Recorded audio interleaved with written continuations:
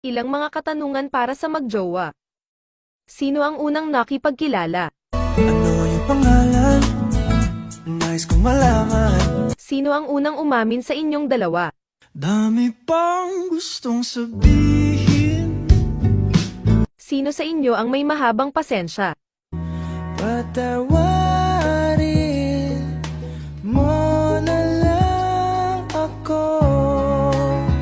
Sino ang mas clingy? Nanaginip ako nagising, parang kinikilig.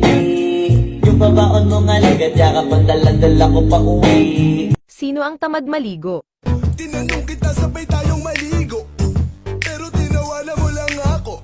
Sino ang mas antukin? Humimbing sa aking piling, antukin. Sino ang unang nang mamanya?